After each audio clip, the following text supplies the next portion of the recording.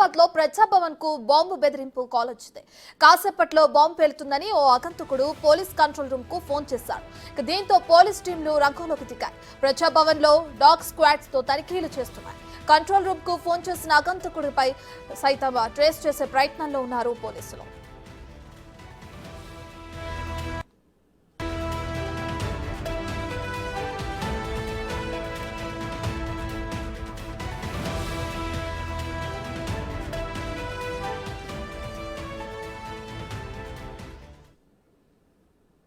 ఇదే అంశానికి సంబంధించి మరింత సమాచారాన్ని మా ప్రతినిధి రాణా లైవ్ లో అందిస్తారు. సో రాణా, ప్రజాభవన్ కు బాంబు బెదిరింపు కాల్ వచ్చిన నేపథ్యంలో అయితే ఆ వ్యక్తి ఎవరు ఏంటనే డీటెయిల్స్ ఏమైనా తెలిసినాయా? ఎగ్జాక్ట్గా 12:30 నుంచి 12:45 వరకు మధ్య సమయంలోనే ఈ బెదిరింపు కాల్ వచ్చినట్టుగా పోలీసులు చెప్తున్నారు. ప్రస్తుతం ఈ కాల్ వచ్చిన తర్వాత వెంటనే మనం చూస్తున్నటువంటి ఈ ప్లేస్ అంతా కూడా పూర్తిస్థాయి సెక్యూరిటీ సిబ్బందితో నిండిపోయిందని చెప్పుకోవచ్చు. ఎందుకంటే మొత్తం వెంటనే బాంబ్ స్క్వాడ్ వచ్చారు, డాగ్ స్క్వాడ్ వచ్చారు. వీళ్ళందరూ కూడా వచ్చి ప్రతి ఒక్క ప్లేస్లను కూడా వారు క్షుణ్ణంగా కూడా పరిశీలిస్తున్నటువంటి నేపథ్యం అయితే కనపడుతుంది. మంత్రి సీతక్క కూడా ప్రస్తుతం లోపలే ఉన్నారు. లోపల ఆమె బయటకు వచ్చి ఈ వదంతులపైన కూడా ఆమె స్పందించడం జరిగింది. ఎందుకంటే నిత్యం ఈ ఎన్నికల కోడ్ లేకపోతే మాకు ప్రతి మంగళవారం ప్రజావాణి అనేది నిర్వహిస్తూ ఉంటారు. ఇక్కడ వేలాది మంది ప్రజలు తమ సమస్యలు చెప్పుకోవడం కోసం ప్రభుత్వానికి దరఖాస్తులు ఇవ్వడం కోసం వారు వస్తూ ఉంటారు. సో ఈ నేపథ్యంలోనే మంచి స్పందన కూడా వచ్చింది. దాని తగ్గట్టుగానే ఈ ఆగంతకులు కావాలని ఈ రకమైనటువంటి డైవర్ట్ చేసే విధంగా కూడా కాల్ చేసి ఉంటారనేది కూడా ఆమె అభిప్రాయపడింది. ఎట్టి పరిస్థితుల్లో కూడా అధికారులు కూడా పెద్ద ఎత్తున కూడా వచ్చారు కాబట్టి ప్రతి ఒక్క ప్లేస్లోనూ కూడా డాగ్ స్క్వాడ్తో కూడా వారు చెక్ చేస్తున్నారు. ప్రస్తుతం మనం విజువల్లో కూడా చూస్తున్నాం. ఒక టీం వచ్చి వారు చెక్ చేస్తున్నారు. బాంబ్ స్క్వాడ్ వచ్చి ఒక టీం ఒక లోపలికి వస్తుంది. మరొక టీం లెఫ్ట్ సైడ్ ఉన్నటువంటి బిల్డింగ్లో కూడా వారు వెళ్ళారు. వెళ్ళిన తర్వాత అక్కడ ప్రతి ఒక్క ప్లేస్లోనూ వారు క్షుణ్ణంగా కూడా వారు తనిఖీలు చేస్తున్నటువంటి నేపథ్యం అయితే కనపడుతుంది. ఈ బాంబ్ బెదిరింపు వచ్చినటువంటి నేపథ్యంలో పూర్తి స్థాయిలో సెక్యూరిటీ అనేది టైట్ చేశారు. ఎవరు వస్తున్నారు, ఎవరు పోతున్నారు అనేది కూడా పూర్తి స్థాయిలో వారు చెక్ చేసిన తర్వాత మాత్రమే లోపలికి అనుమతిస్తున్నటువంటి నేపథ్యం పడుతుంది. ఎందుకంటే లోపల డిప్యూటీ సీఎం అలాగే మంత్రి సీతక్క కూడా వారు ఇక్కడే నివాసం కూడా ఉంటుంది కాబట్టి దాంతోపాటు ఎక్కువ మంది ఎవరు కలవాలనుకున్న మంత్రులు కానీ అలాగే డిప్యూటీని కానీ ఎవరు కలవాలన్నా కూడా వారు స్వేచ్ఛగా రావాల్సినటువంటి అవసరం ఉంటుంది కాబట్టి ఆ స్వేచ్ఛ ఉంటుంది కాబట్టి కావాలనే ఇది చేస్తుంటారు. ఇది ఈ కాలనీ ఎక్కడి నుంచో వచ్చింది ఏంటన్న దానిపై కూడా మేము పూర్తి స్థాయిలో దర్యాప్తు చేస్తున్నాం. ఆ తొందరలోనే మేము కనుక్కుంటాం. ప్రస్తుతం అయితే తనిఖీలు అయితే కొనసాగుతున్నాయనేసి కూడా మంత్రి చెప్తున్నటువంటి నేపథ్యం కనపడుతుంది. ఇప్పుడు మనం ఒక టీం ఆల్రెడీ చెక్ చేసిన తర్వాత వారు వెళ్తున్నారు. లోపల 2-3 టీమ్స్ ఇంకా లోపలికి వారంతా అన్ని ప్లేస్లో కూడా చెక్ చేస్తున్నారు. సిఎస్ నివాసం ఉంటున్నటువంటి ఆ ప్లేస్తో పాటు ఈ ప్రజా భవన్గా ఉన్నటువంటి ఈ ప్లేస్లోనూ వారంతా కూడా చెక్ చేస్తున్నటువంటి నేపథ్యం అయితే కనపడుతుంది. లోపల డిప్యూటీ ఇంటి దగ్గర ఆల్మోస్ట్ అన్ని ప్లేస్లో కూడా వారు చెక్ చేశారు. అక్కడ తనిఖీలు పూర్తయినట్టుగా మనకు తెలుస్తుంది. ఇతర ప్లేస్ సముదాయాల్లో కూడా ఉన్నటువంటి ప్లేస్లో కూడా వారు వెళ్తున్నారు.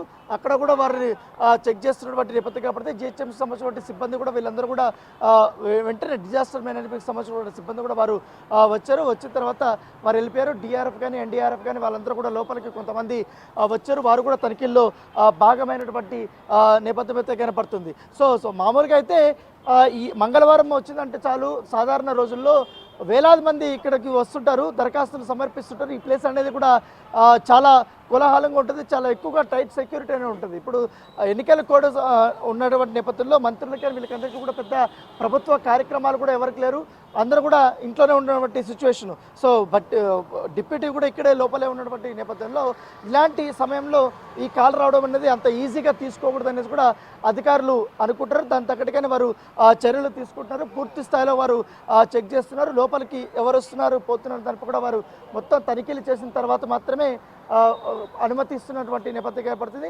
అధికారులు కలవడానికి వచ్చినా మంత్రులు కలవడానికి వచ్చినా మస్ట్ అండ్ షుడ్గా కూడా వారు ఏ పని మీద వచ్చారని దాని కూడా డాక్యుమెంట్స్ అవన్నీ కూడా చూపించిన తర్వాతనే లోపలికి అనుమతిస్తున్నారు. వారంతా కూడా చెక్ చేసిన తర్వాతనే క్వశ్చన్స్ అడిగిన తర్వాత వారిని లోపలికి పంపిస్తున్నటువంటి నేపథ్యం అయితే కనపడుతుంది.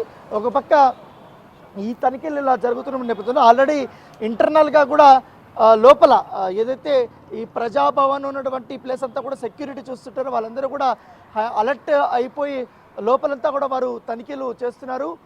ఆరోగ్యశ్రీకి సంబంధించినటువంటి ఎంట్రీ దగ్గర కానీ లోపల దరఖాస్తులు స్వీకరించేటువంటి ప్రజావాణి సంబంధించినటువంటి ఆ ప్లేస్ ఏదైతుందో ఆ లోపల ఆ ప్లేస్ దగ్గర కూడా పూర్తి స్థాయిలో వారు చెకింగ్ నడుస్తుంది. ప్రస్తుతం అయితే డిప్యూటీ ఉన్నటువంటి ఇంటి దగ్గర గార్డెనింగ్ ఉందో ఆ గార్డెనింగ్ దగ్గర ఈ యొక్క తనిఖీలు జరుగుతున్నట్టుగా మనకు సమాచారం ఉంది. మరొక గంట పాటు కూడా ఈ యొక్క తనిఖీలు అనేది కొనసాగుతాయి. కొనసాగిన తర్వాత పూర్తి స్థాయిలో మనకు డీటెయిల్స్ వచ్చే అవకాశం ఉంది.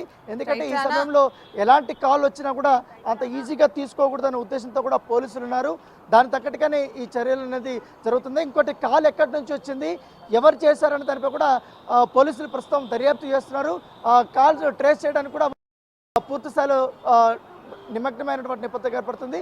సో ఈ తనిఖీలు మరొక గంటలో ముగిసిన తర్వాత మనకి ఏది ఫేక్ కాలా రియల్ కాల్ అనేది కూడా మనకు కాసేపట్లో తెలిసే అవకాశం ఉంది. రత్న రైట్ రానా, అయితే కంట్రోల్ రూమ్ కి కాల్ చేసిన ఆగంతకుడు ఏం చెప్పాడు అంటే అక్కడ బాంబు పెట్టడానికి కారణాలు ఏంటి, ఏమైనా చెప్పడం ఏమైనా తెలిసిందా? ప్రజాభవన్ని మరి కాసేపట్లో మేము పేల్చేస్తున్నాం, అక్కడ మేము బాంబు పెట్టాం, మీరు కావాలంటే చెక్ చేసుకోండి అనేసి కూడా ఫోన్ పెట్టేశాడు. తర్వాత వారు వెంటనే ఎందుకంటే చాలా కాన్ఫిడెంట్గా చెప్పాడు. ఎందుకంటే మామూలుగా అయితే అల్లరి చిల్లర వాళ్ళు చేసే కాల్స్కి ఈ కాల్కి చాలా డిఫరెంట్ ఉందనేసి కూడా అధికారులు చెప్తున్నారు. ఈ నేపథ్యంలో వెంటనే హుటాహుటిన వీళ్ళందరూ కూడా అలర్ట్ అయ్యారు.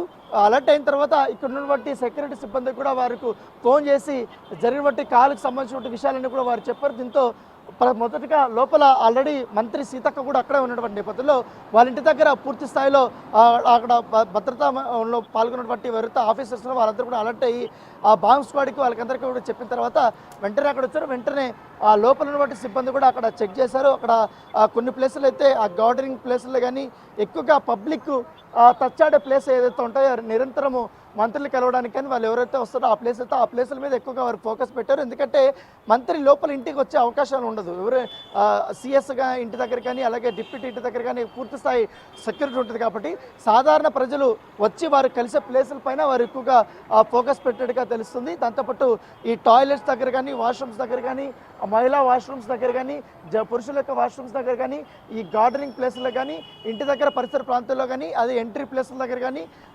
దాంతోపాటు ఈ చెత్తా చెదారం వేసే ప్లేస్ ఏదైతే ఉంటుందో ఆ డస్ట్బిన్స్ దగ్గర ఉన్నటువంటి ప్లేసుల్లో కూడా పూర్తి స్థాయిలో చెక్ చేస్తున్నట్టుగా మనకు సమాచారం అవుతుంది. సో ప్రస్తుతం మరొక బాంబ్ స్క్వాడ్ కూడా వెళ్ళారు, మరొక డాగ్ స్క్వాడ్ కూడా పిలిపించారు. కాబట్టి ఈ తనిఖీలు అయితే క్షుణ్ణంగా అయితే జరుగుతుంది. రత్న రైట్.